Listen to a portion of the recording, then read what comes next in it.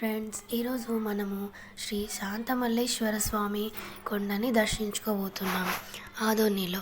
ఇక్కడ వచ్చేసి ఇది చిన్న డ్యామ్ మాదిరి. ఇక్కడ వాటర్ ఉంటాయి, కాకపోతే ఇప్పుడు వర్షం లేవు కాబట్టి వాటర్ లేవు.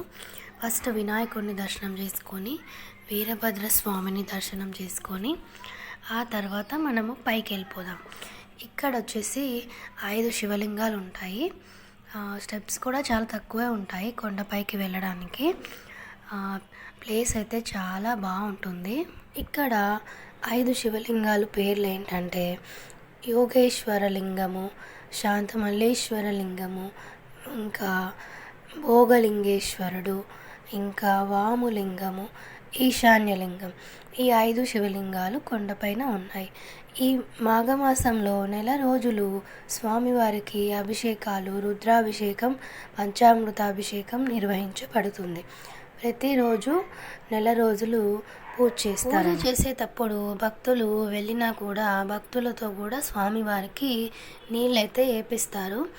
ఇక్కడ విశిష్టత ఏంటంటే ఒక్కో సంవత్సరం ఒక్కొక్క నది నుంచి నీళ్ళు తీసుకొచ్చి స్వామివారికి అభిషేకాలు జరిపిస్తారనమాట.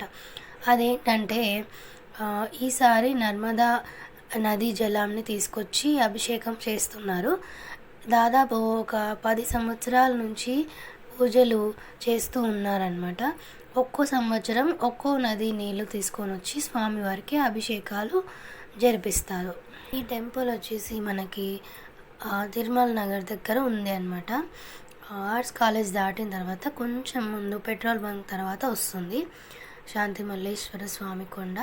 స్టెప్స్ కూడా చాలా తక్కువే ఉన్నాయి, అందరూ ఈజీగానే వెళ్ళిపోవచ్చు.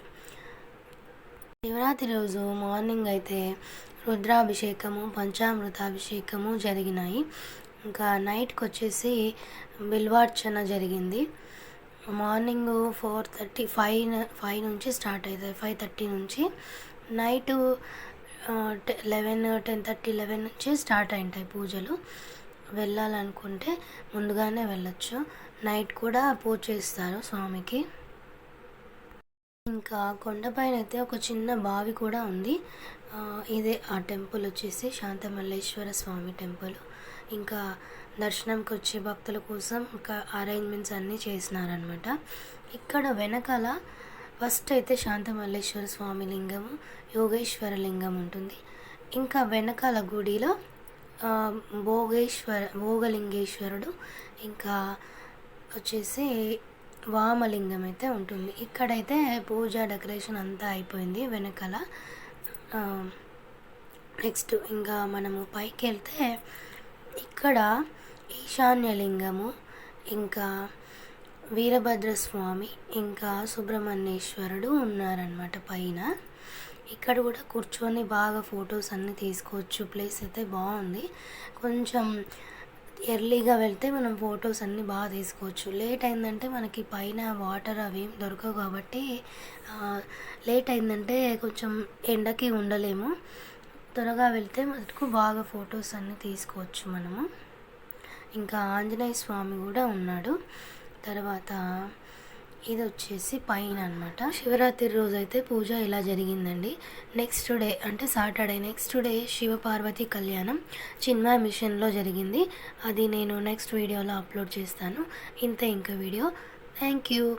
మరోసారి అందరికీ మహాశివరాత్రి శుభాకాంక్షలు. Please like, share and subscribe our YouTube channel.